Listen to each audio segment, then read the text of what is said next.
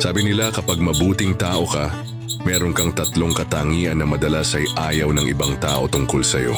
Ayaw nila, hindi dahil galit sila sa'yo, kundi dahil insecure sila.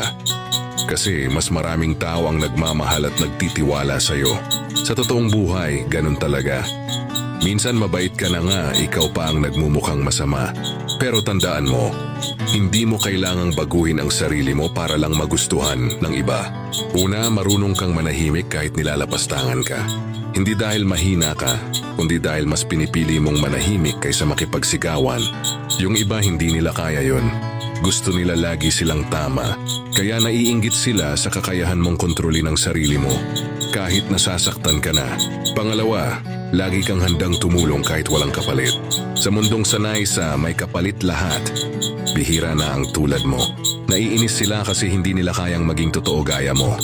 Yung tumulong ng bukal sa puso, hindi para sa kapalit o papuri. Yung pangatlo, marunong kang magpatawad kahit paulit-ulit kang nasasaktan. Para sa iba, kahinaan yan. Pero sa totoo lang, lakas yan. Kasi habang sila nakakulong sa galit, ikaw nakakahinga ng maluwag. Kaya kung ikaw yung tipong mabait pero madalas hindi nauunawaan, huwag mong baguhin yan. Dahil sa mundong puno ng inggit at ego, bihira na ang tunay na mabuting tao kagaya mo.